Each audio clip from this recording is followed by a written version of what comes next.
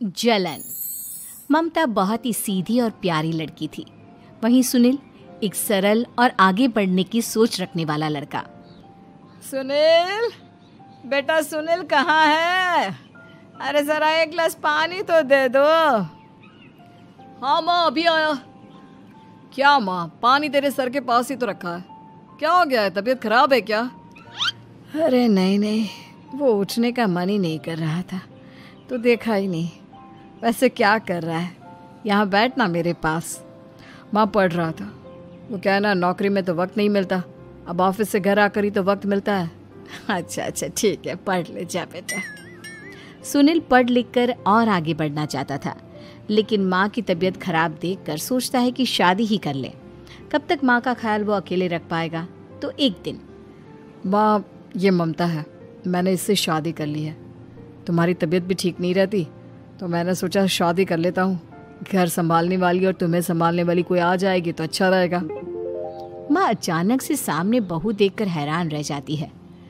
बेटा ये क्या बात होती है? न बैंड, न बाजा, न दहेज, न शगुन, ऐसे कैसे बहू आ गई? माँ तू तो जानती है, मैं नौकरी के साथ पढ़ाई कर रहा हूँ, तो कहाँ से इतना पैसा बचा पाता कि धूमधाम से शादी करता। वैसे भी माँ, लोग तो आकर खाकर निकल जाएंगे, इसलिए बस वैसे ही। माँ जी, मैं आपका ख्याल रखूंगी। वैसे भी ये आगे की पढ़ाई कर रहे हैं, अच्छा कुछ कर गए तो सबके दिन फिर से अच्छे आ जाएंगे। सास को ममता की बात ठीक तो लगती है, लेकिन मन में कहीं ना कहीं लगता है कि कहीं बहू बेटे को लेकर फुर्र ना हो जाए और फिर तो वो रह जाएगी अकेली। बेटा देख, मेरा जो कुछ भी है वो सुनील ही है, और सुनील का भी अब इस दुनिया में मैं ही हूँ और कोई नहीं। क्या सुनील? बिल्कुल माँ, लेकिन आज से ममता भी मेरे जीवन का अहम हिस्सा है, जैसे तू है। सास को बड़ा बुरा लगता है कि उसकी सल्तनत में कोई और हिस्सेदार कैसे हो सकता है। कैसे कोई और उसके 30 साल के बेटे की जिंदगी में अचानक से आकर बराबर का हिस्सेदार बन सकता है। देख बहू, मैं भले थोड़ा बीमार रहती हूँ, लेकिन इसका मतलब यह नहीं कि घर की चीजों में मेरा कंट्रोल खत्म हो गया है। मैं आज भी इस घर की रानी हूँ, समझी? बेटा सोचता है कि ये माँ को अचानक से क्या हो गया। कल तक जो माँ कहती थी कि जिंदगी का कोई भरोसा नहीं, वो अचानक से जंग के मैदान की झांसी की रानी कैसे बन गई? माँ क्या हो गया है? सब ठीक है ना? अचानक कैसी बात कर रही हो? ममता का आज पहला दिन है, स्वागत करो उसका। आसपास की आंटियों को बुलाओ, नई दुल्हन की मुंह दिखाए करवाओ। खैर, सास होने का फर्ज निभाती है और बाद में एक सहेली के साथ बाहर निकल जाती है। क्यों री बताया नहीं कि बेटे का ब्याह कर रही हो? वैसे तो सारा दिन हम ही में घुसी रहती हो। अरे मुझे भी तो अभी पता चला, यूं अचानक सर पर लेकर आ गया। कहता है बहू है माँ तुम्हारी, अब इसको भी इतना ही मैं प्यार करता हूँ जितना तुझे करता हूँ। लो जी, ये क्या बात होगी? क्यों इतना प्यार करता है? अरे माँ का प्यार तो ज्यादा होता है।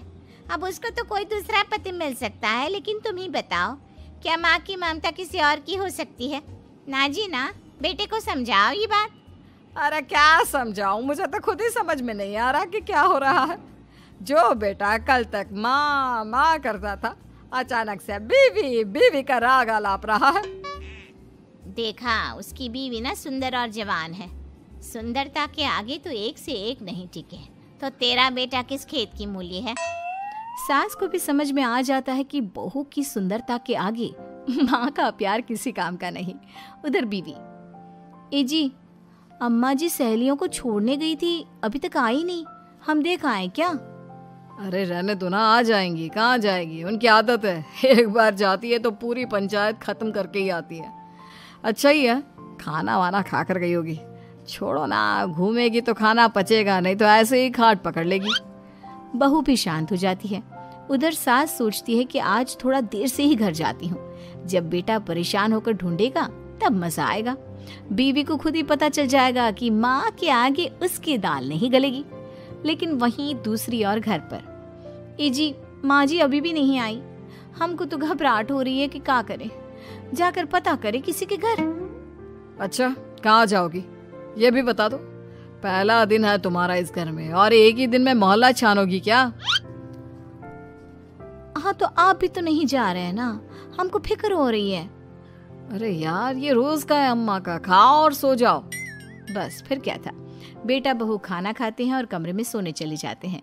उधर जब सास को कोई देखने नहीं आता तो वो हार कर घर आ जाती है, जहाँ वो देखती है कि सारे घर की लाइट्स बंद है।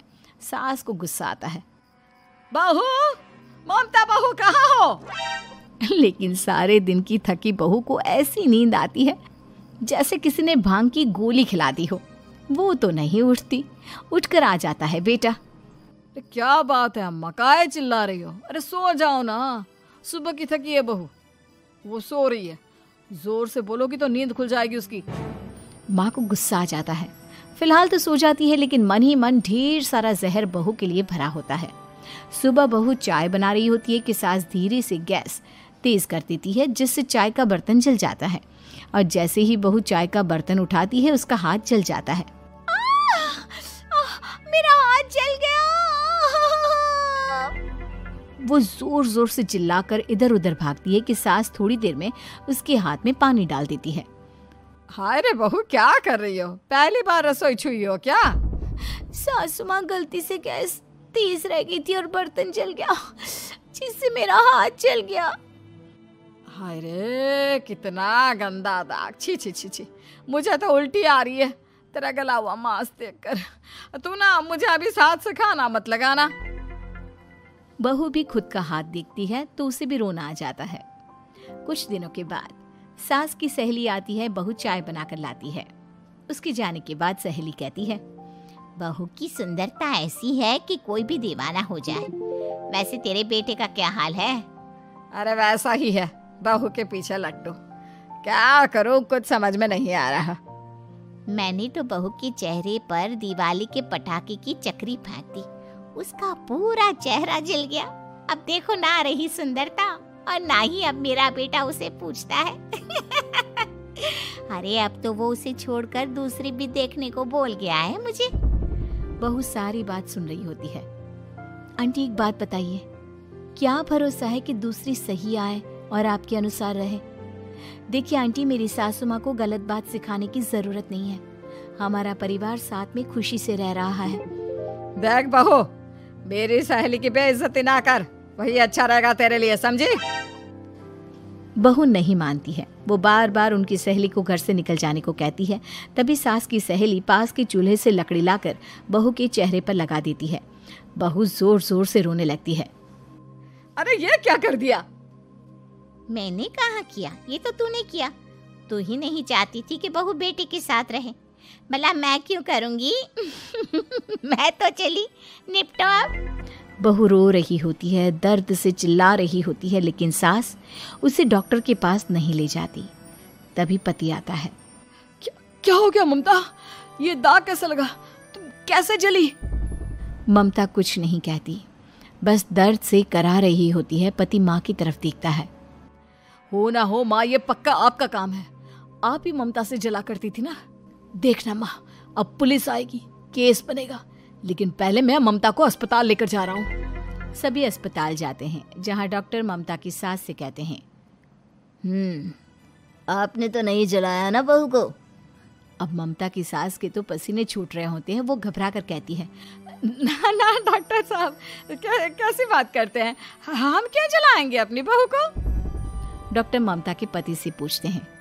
देखिए, क्योंकि ये ससुराल में जली है तो मामला पुलिस का बनता है, तो आप पहले पुलिस को बुलाइए, तभी इलाज पूरा होगा। सास डर जाती है कि अब तो बच्ची जिंदगी जेल में ही रहना होगा। रहने दीजिए ना, पुलिस को क्यों बुलाना?